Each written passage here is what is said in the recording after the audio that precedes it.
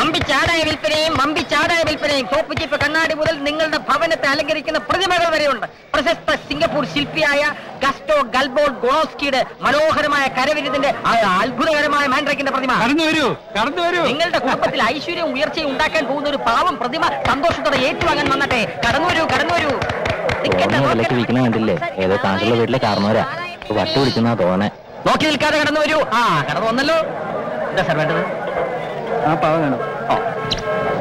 ഇതും സാർ ഈ പ്രതിമ തരട്ടെ സാർ. സന്തോഷമായി ഏറ്റുവാക്കണം സാർ. ഇഷ്ടമുള്ള തന്നാൽ മതി സാർ.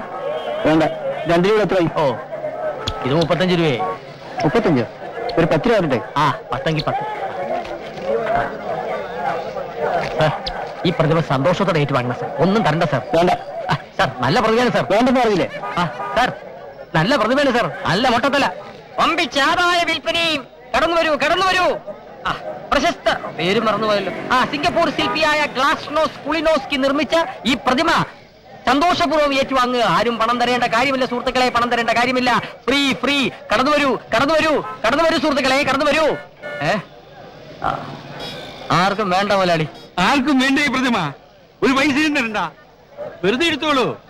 പൈസ തരണ്ട, ഒഴിവാക്കി തരൂ പ്ലീസ്. മുതലാളി, വെറുതെ കൊടുക്കാമെന്ന് പറഞ്ഞിട്ട് പോലും ഈ